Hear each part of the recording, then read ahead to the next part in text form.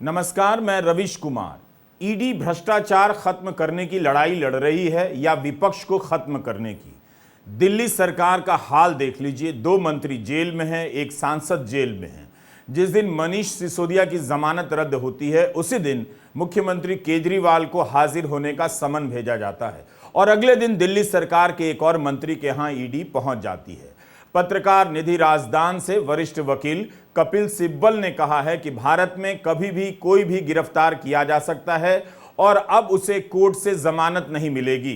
Money laundering कानून के जरिए लोगों को आतंकित किया जा रहा है। सिब्बल का यह बयान मनीष सिसोदिया से लेकर तमाम मामलों में लागू होता है जिनका संबंध ईडी के मनी लॉन्ड्रिंग केस से जुड़ा है। ईडी विपक्ष को घेरने की और घेरे रखने की सरकारी मशीन बन गई है। राजस्थान में ईडी के अधिकारी घूस लेते पकड़े गए तो अगले दिन ईडी ने छत्तीसगढ़ और राजस्थान में धावा बोल दिया। आज अखबारों की सुर्खियां बदल गई हैं। छत्तीसगढ़ में 7 नवंबर को पहले चरण के मतदान होने वाले हैं और वहां ईडी की रेड हो जाती है। यह हेडलाइन कहती है कि छत्तीसगढ़ के मुख्यमंत्री भूपेश बघेल को कथित तौर पर 500 करोड़ रुपए मिले हैं। ईडी ने एक प्रेस रिलीज जारी कर दावा किया है कि महादेव ऐप के प्रमोटर की तरफ से उन्हें यह पैसा कुरियर के जरिए भेजा गया। इस मामले में मुख्यमंत्री के 2 ओएसडी और एक सलाहकार से पूछताछ पहले हो चुकी है। भूपेश बघेल ने ईडी की प्रेस रिलीज पर सवाल उठाया। कांग्रेस ने भी आज इस पर प्रेस कॉन्फ्रेंस की है और इस एक व्यक्ति के बयान पर सवाल उठाए हैं। बघेल ने अपने ट्वीट में कहा कि ईडी की चालाकी देखिए। उस व्यक्ति का बयान जाहिर करने के बाद एक छोटे से वाक्य में यह भी लिख दिया कि बयान जांच का विषय है। अगर जांच नहीं हुई है तो एक व्यक्ति के बयान पर प्रेस रिलीज जारी करना न केवल ईडी की नीयत को बताता है बल्कि उसके पीछे केंद्र सरकार की बदनीयती को भी जाहिर करता है। और एक कोरियर का व्यक्ति एक वक्तव्य देता है, आपको मालूम है ये वक्तव्य कैसे निकाले जाते हैं ईडी द्वारा, और उस वक्तव्य के आधार पे आप पूरी कहानी बनाते हैं और उसके बाद सबसे दुर्भाग्य की बात, सब्जेक्ट टू इन्वेस्टिगेशन। कहानी बनाने के बाद सब्जेक्ट टू इन्वेस्टिगेशन। क्या आप सोचते हैं कि गधे हैं लोग या घास खाते हैं? उनकी आप इंटेलिजेंस को अपमानित कर रहे हैं कि हम पहले आरोप लगा देंगे, चुनाव के वक्त हम रेड कर देंगे, एक व्यक्ति का हम अभियान वक्तव्य ले लेंगे और बाद में हम इन्वेस्टिगेट करेंगे। जो इन्वेस्टिगेशन छत्तीसगढ़ पुलिस ने करके आपको 1.5 साल पहले दे दिया है, 1 साल पहले दे दिया है। मुख्यमंत्री का कहना है कि चुनाव हो रहे हैं, चारों तरफ इतनी सुरक्षा है, कुरियर के बक्से में नोट भरकर कैसे आ रहा है? क्या सारी एजेंसियां मिली हुई हैं? जैसा कि मैंने पहले कहा है कि Bharatiya Janata party, ED, IT, DRI और सीबीआई जैसी एजेंसियों के सहारे छत्तीसगढ़ का चुनाव लड़ना चाहती है। चुनाव के ठीक पहले ईडी ने मेरी छवि धूमिल करने की सबसे कुत्सित प्रयास किया है। बीजेपी ने मुख्यमंत्री बघेल से इस्तीफा मांगा है। स्मृति ईरानी ने भी इस मामले में प्रेस कॉन्फ्रेंस की है, जिसके जवाब में आज कांग्रेस को भी प्रेस कॉन्फ्रेंस कर अपनी बात रखनी पड़ी है। भारत के चुनावी इतिहास में ये तथ्य हवाला ऑपरेटर्स के सहयोग से, दुबई से आए पैसे से गरीबों को लूटकर प्रशासनिक तंत्र को इस्तेमाल कर सत्ता में बैठकर सट्टा का खेल खेला है भूपेश बघेल ने और कांग्रेस के नेतृत्व ने। आज ये प्रवर्तन निदेशालय जिसको कहा जाता है, जिसने अपनी पूरी विश्वसनीयता खो दी है, खत्म कर दी है, वो आज झूठ का कार्यालय है, प्रवर्तन कार्यालय नहीं है। पूरी तरह से झूठ का पुलंदा है। तोता अगर किसी को आप कह सकते हैं तो तोता ये है। ये 18 महीने पहले केस शुरू हुआ, 450 लोग अरेस्ट हुए, सब दस्तावेज उनके पास हैं। ये 5 दिन में इतनी आवश्यकता हो गई है स्मृति ईरानी जी को एक प्रेस कॉन्फ्रेंस लेने की। 5 दिन बचे हैं चुनाव के, 4 दिन पहले वाले प्रसंग के लिए, और 10 दिन में सब खेल पूरा है, ओवर है। स्मृति जी ने ये पहले क्यों नहीं कहा? ये नाम पहले क्यों नहीं आए? 2 हफ्ते पहले, 2 महीने पहले। सब समझते हैं, जनता सब जानती है और जनता को मूर्ख नहीं समझिए।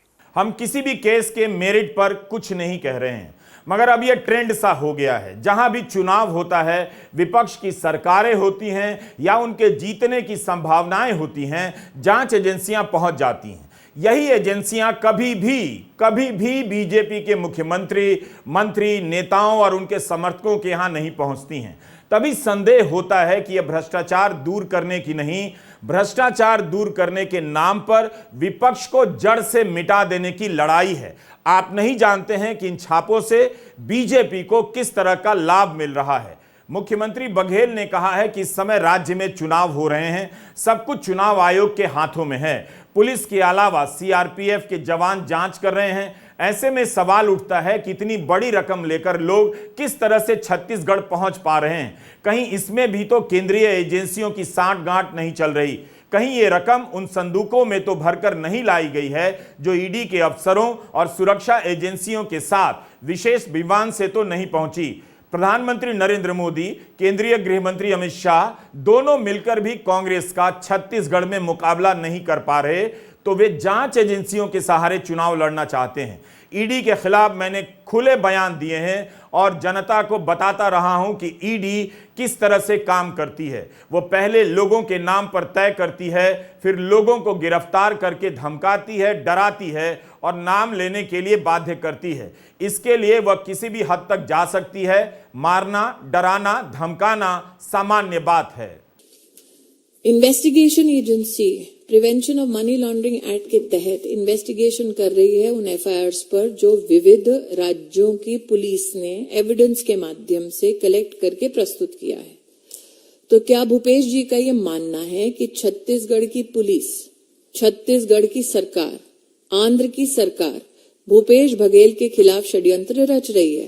कि 1.5 वर्ष पहले जो पहला कोतवाल है यानी छत्तीसगढ़ पुलिस, वो पहला कोतवाल जांच शुरू कर देता है, अभियुक्त बना देता है, बहुत सारी चीजें जब्त कर लेता है और उसके 1.5 साल बाद चुनाव के बीच में 4 दिन बचे हैं पहले प्रसंग के और 15 दिन में सब कुछ ओवर है छत्तीसगढ़ में। उसके 1.5 साल बाद दूसरा कोतवाल छलांग लगाता है केंद्र सरकार के निर्देश पे यानी ईडी। 2022 मार्च से लेके अभी तक रायपुर ले लीजिए, दुर्ग ले लीजिए, बिलासपुर ले लीजिए, जगदलपुर ले लीजिए, अंबिकापुर ले लीजिए, मैं आपको डिटेल्स नहीं दे रहा हूं, सब तरफ से लगभग 450 लोगों को गिरफ्तार किया है। किसने किया है? छत्तीसगढ़ पुलिस ने। मैंने कहा ना पहला कोतवाल। 72 केसेस रजिस्टर हुए हैं पूरे प्रदेश में, अलग अलग डिस्ट्रिक्ट्स में। अब मैं उसकी सूची नहीं दूंगा आपको, लेकिन जो टोटल है, जो सामूहिक रूप से है, 191 लैपटॉप, 850 मोबाइल फोन, 200 से ज्यादा एटीएम कार्ड्स, 1.5 करोड़ रुपये और उसके अलावा बहुत सारे अंचल एसेट्स, कैश, 16 करोड़ से ज्यादा बैंक अकाउंट्स के रुपये इत्यादि इत्यादि। ये सब पहले गात खत्म हो गई, तहकीकात हो गई, जब्त हो गए, कानूनी कार्रवाई हो गई। तो 1.5 साल में जब ये सब कर लिया, उसके बाद 6-8 महीने से ईडी ने शुरू कर दिया ये सब। उसको भी हो गए 6 महीने से ज्यादा। कैसे हुआ ये? क्यों हुआ ये? कब हुआ ये? या सिर्फ इसलिए हुआ कि 4 दिन बाद पहली वोटिंग है और 15 दिन बाद सब वहां खत्म है चुनाव? ईडी के साथ साझेदारी, गठबंधन और सहयोग बीजेपी सरकार और बीजेपी पार्टी का तीव्रता से बढ़ रहा है जैसे जैसे वो हार उनके पास आ रही है। 3 नवंबर को केवल छत्तीसगढ़ में छापे नहीं पड़े, राजस्थान में भी पड़े हैं। आयकर विभाग ने तमिलनाडु में लोक निर्माण मंत्री ईवी वेलू से जुड़े 40 ठिकानों पर छापे मारे। भारत में भ्रष्टाचार की गहराई कितनी है कोई नहीं जानता, मगर अब यह दिखने लगा है कि भ्रष्टाचार से लड़ाई की तलवार के नाम पर विपक्ष की गर्दन काटी जा रही है। विपक्ष का मतलब राजनीतिक दल नहीं होता, विपक्ष का मतलब होता है विरोध की आवाज, जनता, और वो सारे सवाल जो सरकार से पूछे जाते हैं, इन आवाजों पर ईडी के जरिए हमला किया जा रहा है। सारा मामला इतना एक तरफा हो चुका है कि ईडी और आईटी के छापों से भरोसा नहीं बनता कि इनका इस्तेमाल भ्रष्टाचार मिटाने के लिए हो रहा है। बल्कि यही दिखता है कि इनके नाम पर लोकतंत्र में लंबे समय के लिए विपक्ष और जनता की आवाज को कमजोर किया जा रहा है। ईडी ने जिनके यहां भी छापे मारे हैं, उनके बीजेपी में आ जाने से सब कुछ खत्म सा हो जाता है। ऐसे अनेक प्रकरण आ चुके हैं, हमने अपने पहले के वीडियो में बताए हैं। इस वक्त लगता है आप भूल गए हैं। 30 अक्टूबर को मनीष सिसोदिया की जमानत रद्द हो गई। जमानत की सुनवाई के दौरान सुप्रीम कोर्ट ने ईडी से जो सवाल पूछे, उससे यही लगा कि ईडी के पास ठोस सबूत नहीं है, ना आधार। कोर्ट ने कहा कि सिसोदिया के खिलाफ सरकारी गवाह के बयान के अलावा कोई सबूत है भी या नहीं। सुनवाई के दौरान जो सवाल उठे, उससे लग रहा था कि सिसोदिया के खिलाफ कोई ठोस आधार नहीं है, और जब फैसला आया तो उम्मीद से ठीक उल्टा। यही कारण है कि इस फैसले को रहस्य की तरह देखा जा रहा है। सुनवाई के दौरान सुप्रीम कोर्ट ने यह भी कहा कि आप किसी को अनंत काल तक के लिए जेल में नहीं रख सकते। सुप्रीम कोर्ट को अनंत काल की परिभाषा तय कर देनी चाहिए। 8 महीने से मनीष सिसोदिया जेल में बंद हैं, क्या यह अनंत काल में नहीं आता? 3 साल से अधिक समय से उमर खालिद जेल में बंद हैं, कई बार जमानत रद्द हो चुकी है। भीमा कोरेगांव मामले में शोमा सेन 5 साल से भी अधिक समय से जेल में हैं, क्या यह अनंत काल में नहीं आता?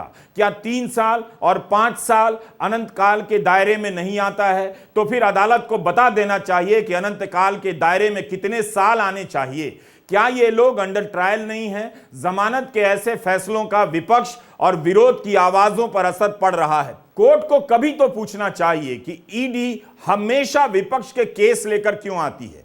क्या उसे बीजेपी के नेताओं के यहां कोई मामला नहीं मिला?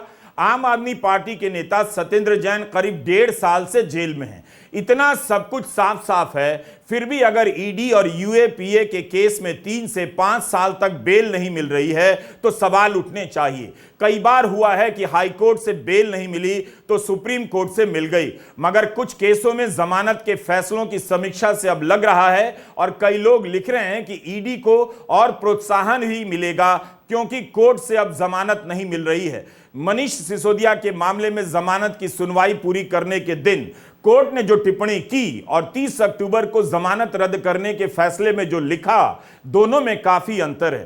कोर्ट में जो कहा जाता है, फैसले में जो लिखा जाता है, अंतर होता है अक्सर, मगर तब कोर्ट के बयानों से लगता था कि कोर्ट को कोई सबूत ठोस रूप से नहीं मिला है। अब कहा जाता है कि अस्थायी तौर से साबित होने वाला एक सबूत है, इसलिए जमानत रद्द की जाती है। जाहिर है लोगों के मन में शंका गहराएगी और सवाल पैदा होंगे। मनीष सिसोदिया के संबंध में 17 अक्टूबर को सुप्रीम कोर्ट ने ईडी से पूछा कि मनीष सिसोदिया को मनी लॉन्ड्रिंग के लिए आरोपी कैसे बना रहे हैं, जबकि वो मनी ट्रेल का हिस्सा है ही नहीं और पैसा उनकी जेब में पहुंचा भी नहीं।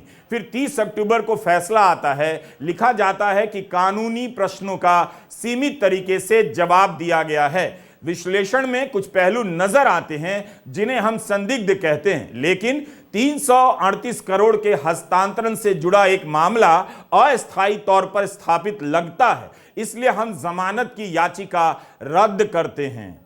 जब सुप्रीम कोर्ट में मनीष सिसोदिया जी की बेल का केस सुना जा रहा था, तब सुप्रीम कोर्ट ने प्रोसिक्यूशन से बहुत तीखे सवाल पूछे।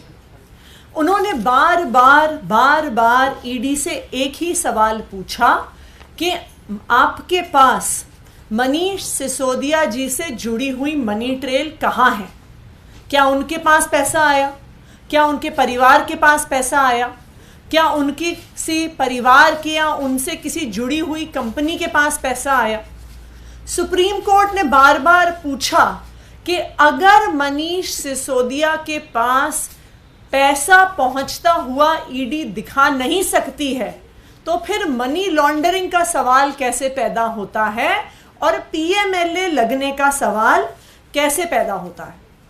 सुप्रीम कोर्ट ने यह भी सवाल पूछा कि जो सारी ईडी की प्रोसिक्यूशन का केस है वो सिर्फ और सिर्फ एक अप्रूवर दिनेश अरोड़ा की स्टेटमेंट्स के आधार पर है। इनफैक्ट जब हियरिंग चल रही थी तो सुप्रीम कोर्ट में यही कहा गया कि अप्रूवर तो अपनी जान बचाने के लिए कुछ भी कह सकता है, उसकी स्टेटमेंट पर कितना विश्वास किया जा सकता है। जो तीसरी चीज सुप्रीम कोर्ट ने उठाई, उन्होंने स्पष्ट तौर से बार बार ऑब्जर्व किया कि पॉलिसी मेकिंग कोर्ट के परव्यू में नहीं आती है। पॉलिसी मेकिंग में अगर लॉबिंग हुई भी तो लॉबिंग इलीगल नहीं है जब तक क्विड प्रो क्वो इस्टैब्लिश नहीं होता कि पैसे एक व्यक्ति से दूसरे व्यक्ति के हाथ में गए और जिस व्यक्ति के हाथ में गए उसने उस ब्लैक के पैसे को वाइट करने की कोशिश की, यानी मनी की लॉन्डरिंग की कोशिश की, तब तक पीएमएलए लागू नहीं होगा, तब तक कोई गुनाह नहीं होगा। इन तीखी ऑब्जर्वेशंस के बावजूद आज कोर्ट ने एक विपरीत ऑर्डर दिया है।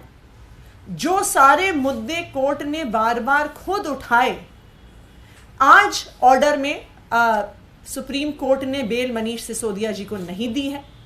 इसलिए अब हम जो ऑर्डर सुप्रीम कोर्ट ने दिया है वो शायद अभी थोड़ी ही देर पहले अपलोड हुआ है सुप्रीम कोर्ट की वेबसाइट पे, उस ऑर्डर को हम स्टडी करेंगे। उस ऑर्डर में जो भी सारे कानूनी मुद्दे उठाए गए हैं उसको आम आदमी पार्टी, हमारे सारे वकील गहराई से देखेंगे और जो सारे लीगल ऑप्शंस हमारे पास अवेलेबल हैं उनके आधार पर हमारे नेक्स्ट स्टेप्स को डिसाइड किया जाएगा। सुप्रीम कोर्ट का हम सम्मान करते हैं, लेकिन उस सम्मान को करते हुए भी हम बहुत सम्मान पूर्वक ये कहना चाहते हैं कि हम आज जो सुप्रीम कोर्ट ने निर्णय दिया है उस निर्णय से असहमत हैं। आतिशी का यह जवाब 30 अक्टूबर का है, जिस दिन जमानत रद्द हुई थी। कानून के जानकार भी सवाल उठा रहे हैं कि एक सरकारी गवाह के कहने पर कितना भरोसा किया जा सकता है।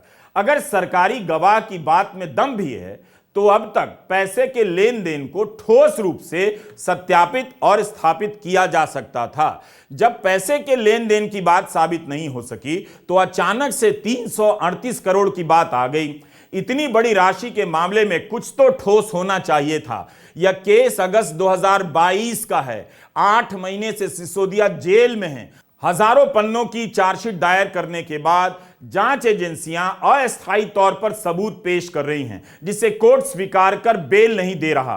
कानूनविदों का मानना है कि जमानत का यह फैसला उस सिद्धांत को पलटता है कि अपवाद के तौर पर ही जमानत रद्द होनी चाहिए। मनीष सिसोदिया जांच में सहयोग कर रहे हैं, कहीं भागने वाले नहीं, तब भी उन्हें जमानत नहीं मिली। सुप्रीम कोर्ट ने कहा कि अभियोजन पक्ष ने भरोसा दिया है कि उचित कदमों को उठाते हुए मामले का ट्रायल अगले 6 से 8 महीने में पूरा कर लिया जाना चाहिए। हम मनीष सिसोदिया को छूट देते हैं कि अगर इसमें कुछ बदलाव होता है, ट्रायल की रफ्तार धीमी होती है, तो वे अगले 3 महीने में जमानत की नई याचिका दायर कर सकते हैं। इस फैसले को पढ़ा जाना चाहिए और पढ़ाया भी जाना चाहिए। सुप्रीम कोर्ट में justice Sanjeev Khanna, justice SVN भट्टी की बेंच सुनवाई कर रही थी। इन्होंने अपने फैसले में लिखा है कि अगर इन हालात में जमानत की नई याचिका फाइल की जाती है तो ट्रायल कोर्ट उस पर फैसला सुनाते समय मौजूदा फैसले से प्रभावित ना हो। ट्रायल कोर्ट को सिसोदिया की पिछली बेल याचिका के खारिज होने से भी प्रभावित नहीं होना चाहिए। कोर्ट ने यह भी कहा कि उस समय जल्दी ट्रायल के अधिकार का संज्ञान लिया जाए। कोर्ट ने 3 महीने के भीतर फिर से जमानत की याचिका दायर करने का विकल्प दिया है, लेकिन निचली अदालत से सुप्रीम कोर्ट तक आने में मनीष सिसोदिया को 8 महीने लगे। इस अनुभव के हिसाब से देखिए तो मनीष सिसोदिया को फिर से उसी रास्ते पर वापस भेजा गया है जहां से वे चलकर सुप्रीम कोर्ट आए।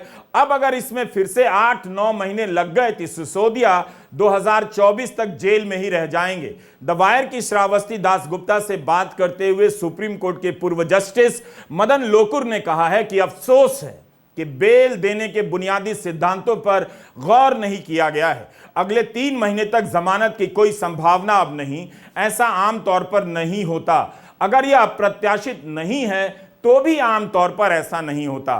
दीवानी मुकदमों में जमानत को यथास्थिति के बराबर माना जाता है। 8 महीने में ट्रायल पूरी हो जानी चाहिए, यह असंभव लगता है। 1 साल तक CBI की एक चार्जशीट को लेकर आरोप तय नहीं हो सके। एक केस में 31,000 पन्नों की चार्जशीट है, 294 गवाह हैं। एक केस में 25,000 पन्नों की चार्जशीट है, 162 गवाह हैं। संभव ही नहीं है। इस फैसले का असर यह होगा कि जेल में अंडर ट्रायल के रूप में बंद होना ही सजा हो जाएगी। 17 अक्टूबर को सिसोदिया के वकील अभिषेक मनु सिंघवी ने भी यही कहा कि अगर बचाव पक्ष 1 साल के बाद आपको अब बता रहा है कि किसी और को आरोपी बना रहे हैं, आम आदमी पार्टी को आरोपी बना रहे हैं, तो यह सब अखबारों की हेडलाइन के लिए किया जा रहा है। इस बात का क्या हुआ किसी को पता नहीं। तब सिंघवी ने कहा कि 5 अनुपूरक आरोप पत्र आ चुके हैं, 500 गवाह हैं, 50,000 पन्नों के दस्तावेज आ चुके हैं और ये अब बता रहे हैं कि आम आदमी पार्टी को आरोपी बनाना चाहते हैं। यह अखबारों के लिए किया गया। ट्रायल पूरी करने के मामले में ईडी का रिकॉर्ड भी देख लिया जाना चाहिए। भीमा कोरेगांव का केस 2018 का है, अभी तक ट्रायल शुरू नहीं हुई है और अभियुक्त बनाए गए कम से कम 6 लोग 5 साल से अधिक समय तक जेल में रहे, तब जाकर जमानत मिली। भीमा कोरेगांव केस में अरुण फरेरा, वर्णन गोंजाल्विस को बॉम्बे हाई कोर्ट ने 2021 में जमानत देने से इनकार कर दिया। सुप्रीम कोर्ट से इन्हें जमानत मिलते मिलते जुलाई 2023 आ गया। हाई कोर्ट से लेकर सुप्रीम कोर्ट के बीच कई महीने लग गए। जुलाई 2023 में जमानत देते हुए सुप्रीम कोर्ट ने कहा कि किसी के खिलाफ मामला गंभीर है, सिर्फ इसी आधार पर जमानत नहीं रोक सकते। रिकॉर्ड पर जो दस्तावेज पेश किए गए हैं उनसे नहीं लगता कि जेल में रखना उचित होगा। क्या यह पैमाना मनीष सिसोदिया के केस में लागू नहीं होता? कानून विधि बेहतर बताएंगे। 2018 का मामला है भीमा कोरेगांव केस का। 2023 में कोर्ट कहता है कि गंभीर मामलों के नाम पर बेल नहीं रोक सकते। यह हाल है न्याय व्यवस्था और हमारी जांच व्यवस्था का। अरुण फरेरा और वर्णन गोंजाल्विस को 5 साल जेल में रहने के बाद जमानत मिली। इसी केस में ज्योति जगताप को सितंबर 2020 में अरेस्ट किया गया, यूएपीए लगा। बॉम्बे हाई कोर्ट ने फरवरी 2022 में जमानत रद्द कर दी। यह मामला सुप्रीम कोर्ट में है। जुलाई में ज्योति की जमानत पर सुनवाई स्थगित हुई। सितंबर महीने में कुछ जवाब दायर करने के लिए कहा गया। इसी हफ्ते 1 नवंबर को सुनवाई के लिए यह केस सुप्रीम कोर्ट के सामने आया और 30 नवंबर तक के लिए सुनवाई स्थगित हो गई। इस केस में कई आरोपी 5 साल तक जेल में रह चुके हैं और ट्रायल नहीं शुरू हुई। 5 साल बाद अगर बरी हुए तो उनके जीवन के इस दौर के लिए कोई अपराधी नहीं होगा, बस कुछ टिप्पणियां सांत्वना के लिए परोस दी जाएंगी। इसलिए मेरा मानना है कि मनीष सिसोदिया के मामले में कोर्ट का फैसला उन सभी को असुरक्षित कर रहा है जो सरकार की निगाह में हैं। जैसे ही यह फैसला आया उसी दिन अरविंद केजरीवाल को ईडी ने हाजिर होने के लिए समन भेजा। केजरीवाल नहीं गए, चुनाव प्रचार के लिए चले गए। दिल्ली सरकार के समाज कल्याण मंत्री राजकुमार आनंद के घर ईडी पहुंच गई। 22 घंटे तक उनसे पूछताछ हुई। राजकुमार आनंद ने कहा कि पूरे घर की तलाशी ली गई मगर कुछ नहीं मिला। उनके अनुसार ईडी कस्टम के जिस मामले के लिए आई थी वो 20 साल पुराना है। राजकुमार आनंद से पहले मंत्री सत्येंद्र जैन और मनीष सिसोदिया ईडी की चपेट में हैं। अमर उजाला ने छापा है कि राजकुमार आनंद के घर से कई सारे दस्तावेज जब्त हुए हैं और उन पर हवाला के जरिए पैसे चीन भेजने के आरोप हैं। अब तो कोई भी नहीं सोचता कि जिस सरकार के एक एक मंत्री हर वक्त जांच एजेंसियों की नजर में हों, वो हवाला के जरिए चीन पैसा क्यों भेजेंगे और इतनी हिम्मत वो क्यों करेंगे। 1996 से अपना बिजनेस मैंने शुरू किया और इंपोर्ट का बिजनेस किया। 2005 में मेरे ऊपर कोई DRI की एक सर्च हुई और उस सर्च के बाद 2007 में उसके एक शो कॉज नोटिस मुझे मिला और उसके बाद हम लोग सुप्रीम कोर्ट गए उसकी अपील के लिए। तो उन्होंने हमें अपील अलाउ की। एक 4 करोड़ रुपए, 4 करोड़ कुछ लाख रुपए का हमें शो कॉज नोटिस मिला। उसमें से सुप्रीम कोर्ट ने कहा कि इतना आप सर्टेन अमाउंट जमा कर दीजिए। हमने 3 करोड़ कुछ रुपया उसी टाइम जमा किया और उसके बाद हमें सेस्टेट में अपील दायर करने का उन्होंने मौका दिया।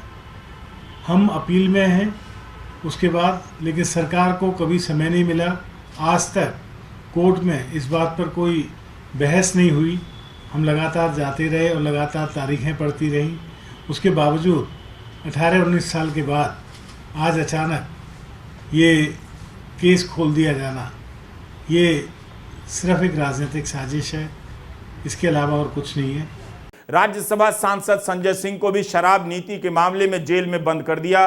वे अदानी मामले में मुखर थे, आप शायद भूल गए। इसी तरह आम आदमी पार्टी के 27 विधायकों पर ऑफिस ऑफ प्रॉफिट का मामला चला। हर दिन गोदी मीडिया में स्टोरी और डिबेट चलती थी कि विधायकों की सदस्यता चली जाएगी, कोर्ट से टिप्पणियां आती थी, गोदी मीडिया की बहसों में रोज सरकार गिर जाती थी। 2 साल से भी अधिक समय तक यह केस चला, आप लोगों का ध्यान भटकाया गया और फिर चुनाव आयोग ने इसे खारिज कर दिया। उसी तरह 2015 में केजरीवाल के दफ्तर में सीबीआई का छापा पड़ा, संसद में तृणमूल कांग्रेस ने सवाल उठाए तो तब अरुण जेटली ने कहा कि छापा मुख्यमंत्री के दफ्तर में नहीं मगर दफ्तर से जुड़े एक अफसर के कमरे में पड़ा था। तो इस समय जो छापे डाले जा रहे हैं उन सभी की कार्रवाई को पहले की इन कार्रवाइयों से मिलाकर देखिए। पत्रकार निधि राजदान से सुप्रीम कोर्ट के वकील कपिल सिब्बल ने कहा है कि ईडी के पास मनी लॉन्ड्रिंग पीएमएलए का असीमित अधिकार है, इसके जरिए लोगों को दबाया जा सकता है, किसी को कभी भी गिरफ्तार किया जा सकता है। भारत में व्यक्तिगत स्वतंत्रता लिबर्टी की मौत हो चुकी है। निधि और कपिल सिब्बल की बातचीत कपिल सिब्बल के यूट्यूब चैनल दिल से विद कपिल सिब्बल पर सुनी जा सकती है। We may have brought in PMLA, but we never knew that the PMLA could be used in this fashion. And we never used it in that fashion. Right? The Code of Criminal Procedure, under the Code of Criminal Procedure today, you can arrest a man on suspicion. You may have no evidence against him at all, and you can do it indiscriminately. But if you are an officer of a police station, in charge of a police station, and you have some evidence, you will not arrest somebody merely on the suspicion that he has committed an offence. Can you So clarify every law can be misused. It's asking the wrong question. But the can I laws, all laws are fine. It's only the misuse of the laws that leads to this. सजा दिलाने में ED के record को भी देखिए, देखा भी जाता है, बात भी होती है, खबरें छपती भी हैं, मगर किसी को अब फर्क नहीं पड़ता। दिल्ली के मुख्यमंत्री अरविंद केजरीवाल को ईडी ने पूछताछ के लिए बुलाया तो केजरीवाल ने ईडी को पत्र लिखा कि उन्हें गवाह के तौर पर बुलाया जा रहा है या व्यक्तिगत तौर पर या आम आदमी पार्टी के संयोजक के तौर पर। यह समन राजनीति से प्रेरित है। 30 अक्टूबर की दोपहर से ही उन्हें गिरफ्तार करने की बातें चल रही थी। पत्र लिखकर केजरीवाल चुनाव अभियान पर चले गए। सवाल है कि केजरीवाल भी कब तक बचेंगे? आज न कल उन्हें जाना ही होगा और क्या उनकी गिरफ्तारी हो सकती है? दिल्ली का यह अकेला केस ऐसा केस है जहां पूरी सरकार ईडी की गिरफ्त में नजर आती है। ये सारी की सारी जितनी जांच चल रही है ये सारी फर्जी जांच है और उनका मकसद भ्रष्टाचार खत्म करना नहीं है। दूसरी पार्टियों के जितने भ्रष्टाचारी हैं सारे भ्रष्टाचारी उन्होंने अपनी पार्टी में शामिल कर लिए। हमने देखा महाराष्ट्र के अंदर अभी 2 दिन पहले जिन नेताओं को चिल्लाकर मोदी जी ने कहा कि इन्होंने 70,000 करोड़ का घोटाला कर दिया, उन सारे भ्रष्टाचारियों को जो मोदी जी की नज़र में भ्रष्टाचारी थे उनको उन्होंने अपनी पार्टी में शामिल कर लिया। उन पे जितने केस कर रहे थे वो सारे केस खत्म कर दिए। तो भ्रष्टाचार, गुजरात के अंदर मोरबी ब्रिज गिर गया, मोरबी ब्रिज कितने लोगों की मौत हो गई, कोई ईडी की रेड नहीं हुई, कोई सीबीआई की रेड नहीं हुई। इनके अपने राज्यों के अंदर, कर्नाटक के अंदर बताते हैं 40% कमीशन वाली सरकार, इनकी सरकार को फेमस कहा जाता था, कोई ईडी की रेड नहीं हुई उनके यहाँ, कोई सीबीआई की। बीजेपी वालों के अंदर, उनकी अपनी सरकारों के अंदर किसी तरह की जांच नहीं होती। अभी सीएजी की रिपोर्ट आई है, उसने इतने सारे इनके घोटाले निकाले हैं, कोई सीबीआई की रेड नहीं होती, कोई ईडी की रेड नहीं होती। बताते हैं ये अपने दोस्तों के इन्होंने अरबों रुपए के लोन माफ कर दिए, कोई ईडी की। तो भ्रष्टाचार खत्म करना इनका मकसद नहीं है, इनका केवल और केवल मकसद है विपक्ष के लोगों को किसी भी तरह से तंग करना। क्या यह सब किसी को नहीं दिखता कि इस तरह का राजनीतिक इस्तेमाल हो रहा है? ईडी की टीम बीजेपी के मुख्यमंत्री, मंत्री या उनकी सरकार के पुराने घोटाले की जांच नहीं करती। राजस्थान के मुख्यमंत्री अशोक गहलोत के बेटे वैभव गहलोत को भी समन मिला है। इस समन नोटिस में वैभव गहलोत को विदेशी मुद्रा प्रबंधन अधिनियम 1999 का जिक्र करते हुए दस्तावेजों के साथ पेश होने की बात कही गई। वैभव गहलोत ने कहा कि मुझे पेश होने के लिए 24 घंटे का भी समय नहीं मिला। 12 साल पुराने झूठे आरोपों को उठाया गया, वह भी चुनावों की तारीख ऐलान होने के बाद। मुख्यमंत्री अशोक गहलोत कह चुके हैं कि वैभव का कोई इंटरनेशनल बिजनेस नहीं है। 12 साल पुराना मामला खोला जा रहा है। ईडी के कर्मचारियों को भी कोफ्त होती होगी कि किस विभाग में फंस गए हैं जिस पर केवल फंसाने के आरोप लग रहे हैं। अब तो राजस्थान में ईडी के अधिकारी भी घूस मांगने के आरोप में फंस गए। जयपुर में एंटी करप्शन ब्यूरो ने ईडी के 2 कर्मचारियों को 15 लाख की रिश्वत लेते हुए गिरफ्तार किया। दोनों इंफाल में ईडी के कर्मचारी हैं। इसे लेकर कांग्रेस आक्रामक हो गई और ईडी के छापों पर सवाल उठाने लगी। कांग्रेस प्रवक्ता पवन खेड़ा ने ईडी को सरकार प्रचारक कहा। इसके जरिए नेताओं को डराकर बीजेपी में शामिल कराया जा रहा है। बीजेपी निष्पक्ष संस्थाओं को रौंद रही है, यह देश के लिए खतरा है। 3 नवंबर को राजस्थान में भी ईडी के छापे पड़े। जल जीवन मिशन के मंत्री महेश जोशी और अतिरिक्त मुख्य सचिव सुबोध अग्रवाल और अन्य अफसरों के यहां भी छापे पड़े हैं। अब आप सोचिए कि ये छोटे लेवल के अधिकारी हैं, इनका रेट लिस्ट देखिए 15 लाख, तो इनसे ऊपर क्या दाम होगा? और उसके भी ऊपर जिसके हाथ में ईडी का रिमोट कंट्रोल है, उसका क्या रेट होगा? कहीं ना कहीं तो रिमोट है ना ईडी का, हमें भी मालूम है कहां है, आपको भी मालूम है कहां है। तो रेट लिस्ट क्या है ईडी की, ये सार्वजनिक करना चाहिए उन्हें कि साहब 15 लाख ये लेते हैं, 25 ये लेते हैं, और ऊपर जो और लोग बैठे हैं जिनका मैं नाम नहीं लूंगा, वो कितने लेते होंगे। ईडी, सीबीआई, इनकम टैक्स, आइए ये सब इनके सरकार प्रचारक, एनसीबी, सब ये तमाम जो इनको टारगेट दे दिया जाता कि चुनाव आ गया है, ये लिस्ट है, इनमें से किसको आप डरा धमका के भाजपा में शामिल करवा सकते हो, नहीं होते तो फिर इनको निपटाओ। ये एक टूल किट है। मैं इसको गुजरात मॉडल नहीं कहूंगा, ये टूल किट मोदी जी का अपना टूल किट है। ईडी और यूएपीए के मामले में कोर्ट के रवैये को बहुत ध्यान से देखा जाना चाहिए। इन फैसलों की समीक्षा से कई तरह की धाराएं निकलती हैं, मगर जेल के पीछे अनंत समय तक रहने से छुटकारा नहीं मिल रहा। उमर खालिद की जमानत की सुनवाई सुप्रीम कोर्ट में कितनी बार स्थगित हो चुकी है। 3 साल क्या कम होते हैं। उत्तर प्रदेश में जिस तरह से आजम खान को घेरा गया है वह और भी अप्रत्याशित है। क्या आप जानते हैं कि आजम खान 88 मामलों में जमानत ले चुके हैं। मई 2022 में जब सुप्रीम कोर्ट ने उन्हें जमीन कब्जा के मामले में जमानत दी, तब तक वे 87 मामलों में जमानत ले चुके थे। उस मामले में कोर्ट ने अस्थायी जमानत देने के लिए आर्टिकल 142 के तहत अपनी विशेष शक्तियों का प्रयोग किया। सुप्रीम कोर्ट ने कहा कि जो केस उनके सामने है उसमें एफआईआर के 19 महीने बाद आरोपी बनाया गया। बार बार जमानत की याचिका दायर करना, अलग अलग कोर्ट में रद्द होना, फिर सुप्रीम कोर्ट जाना, क्या न्यायिक प्रक्रिया का दोहन नहीं हो रहा है? बेल रद्द कर जेल में रखने की या कोई तरकीब निकाल ली गई है? आखिर एक आरोपी 88 बार जमानत लेने के लिए कितने पहाड़ चढ़ता है?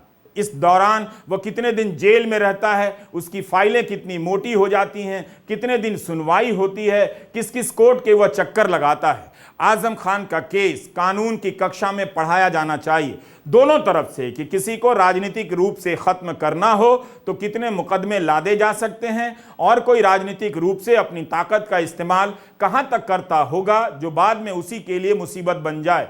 पूरे यूपी में जिस तरह से आजम खान को निशाना बनाया गया, उनके समर्थक, पार्टी, सबने उनका साथ छोड़ दिया। यह भी उस अध्ययन का विषय होना चाहिए। उम्मीद है बाकी विधायक और नेता अपना हिसाब किताब ठीक रख रहे होंगे, क्योंकि किसी को इस तरह बर्बाद कर देने की जमीन बनती है तो उस पर अब किसी का भी नंबर आ सकता है। बस सरकार बदलने की देर है। जांच एजेंसियों को अब हमेशा के लिए बेलगाम कर दिया गया है। हमने जजों से ही सुना है कि बेल मिलनी चाहिए।